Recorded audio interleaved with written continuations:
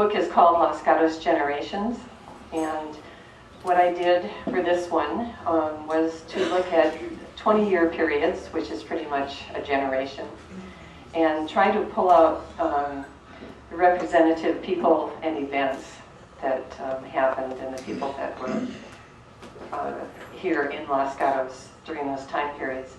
So I'm going to start out with the very first picture, which is the only picture, the only representation that we have of the adobe in Los Gatos. And this was the home of Jose Maria Hernandez and Sebastian Peralta. They built it in the late 1830s. It was over in what's now Vasona Park near Roberts Road. And it is long gone, but somebody did recall it enough to create this drawing of it. The Hernandez family and the Peraltas all moved into the one house. And that must have been kind of interesting because Jose Hernandez was married twice and he had about 14 children. Sebastian Peralta was a widower at the time. So he moved in with the Hernandez clan, stayed there a while, but then decided when he got remarried to move up north, and he built his own adobe. The woman that you see here, and there are, by the way, very few pictures of the people who actually lived on the old rancho, and that land grant was given in 1840. This woman is called Maria Francisca Hernandez Filson Warden, and she is actually the oldest child of Jose and Gertrudis Hernandez.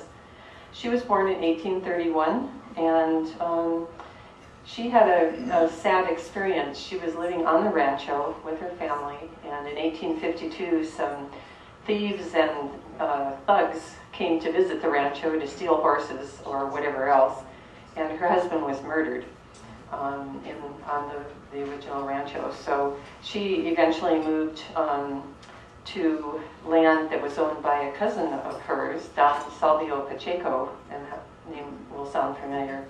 They had a huge land grant in California. The next person is Jonathan Parr, and you know Parr Avenue. And Jonathan was one of the earliest settlers in Los Gatos. He came out by wagon train in 1846 in a caravan of 41 wagons. They were attacked by Indians. They had all kinds of adventures along the way, but they did make it out here. And when he arrived, he purchased 2,000 acres of the original rancho. Charles Parr, in the next photo, also had some sad experiences. The life was not easy here, of course, at the time. This is a hotel called the Coleman House, and it was on East Main Street. It was a very early establishment, established in the 1870s, but Charles Parr's oldest son was murdered right in front of this hotel on East Main Street in 1877. And what happened, apparently, from newspaper accounts was that 3 Californios, in other words, Spanish-speaking people who were here before the Americans came, rode their horses and kicked dirt into his carriage. And he took a little umbrage at that and got into a disagreement, and he was shot and killed.